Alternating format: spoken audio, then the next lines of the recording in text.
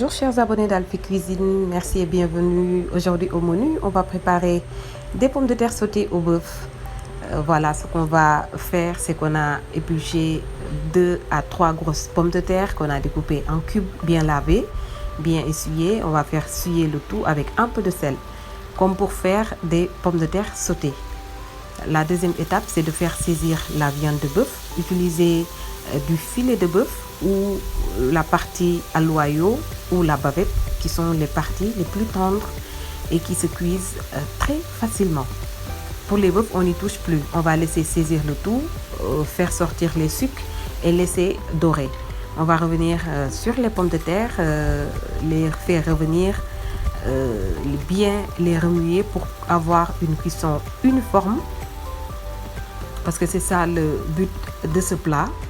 On va laisser encore un petit moment la viande de bœuf.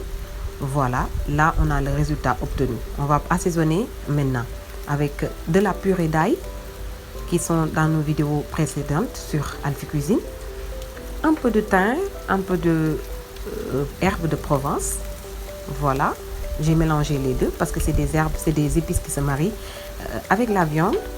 Un peu de poivre noir. J'ai une sauce chinoise qui se marie très bien avec tout ce qui est viande d'agneau, tout ce qui est viande de bœuf et tout ce qui est poulet. Je vais en revenir pour vous présenter les sauces chinoises. Voilà, on va en mettre une cuillerée à soupe et on remue le tout. Voilà, on a l'effet croustillant, l'effet doré, les sucres sont présents et vraiment avec le filet de bœuf, on n'a pas besoin de trop cuire la viande. Donc une fois qu'on a mis tout ce qui est assaisonnement, 1 à 2 minutes suffisent et on peut couper le feu et revenir aux pommes de terre. On n'oublie pas les pommes de terre, il faut vraiment les remuer de temps en temps pour éviter que ça colle ou ça dort trop sur une des côtés. Voilà, on va échanger les deux poêles parce que la viande maintenant c'est bon, on éteint le feu et on réserve de côté. Les pommes de terre, on va continuer à les faire suer. On va y mettre un oignon entier ciselé. Voilà, et on continue à remuer. On vérifie de temps en temps est-ce que on a une cuisson parfaite, parce qu'il faut vraiment des pommes de terre très très fondantes pour avoir quelque chose de goûteux. On prend un couteau et on va piquer sur les pommes de terre. Normalement, si c'est cuit, les pommes de terre retombent facilement. Vous pouvez aussi utiliser un couvercle pour faciliter la cuisson. Voilà, on va continuer à remuer. Je crois qu'à ce stade, c'est bon, mais on va toujours vérifier la cuisson. 1, 2 à 3 pommes de terre. Toujours vérifier que les pommes de terre soient bien cuites. Voilà, là je crois que c'est bon. Vous avez vu que ça descend facilement du couteau. Et là, ce qui reste à faire, c'est de mélanger les deux préparations. On va venir y mettre la viande de bœuf sautée, qu'on a fait sauter très bien assaisonnée avec le goût d'ail, le persil qu'on a découpé, du persil. On va rajouter un peu de persil qui se marie très bien avec l'ail. Et puis on va mélanger le tout. Je vous dis vraiment que c'est une recette très très goûteuse, facile à réaliser. Je vous la conseille vivement pour les gens qui n'ont pas trop de temps ou vraiment les femmes qui doivent jongler entre le travail et la cuisine.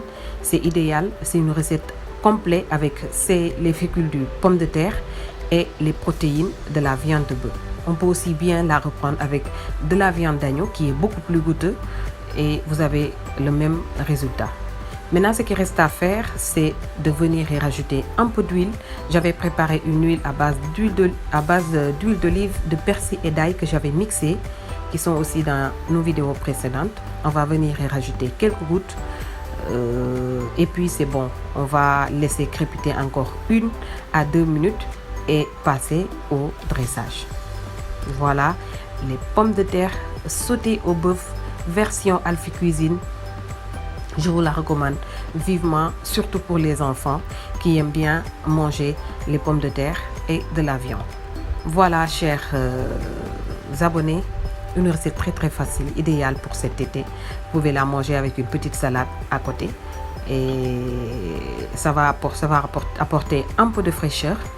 Voilà, on dresse le tout, on va tout verser dans un plat et puis passer à la dégustation. On va y rajouter le reste du persil. Voilà, et c'est fini. C'est fini, un plat rapide, très facile à faire.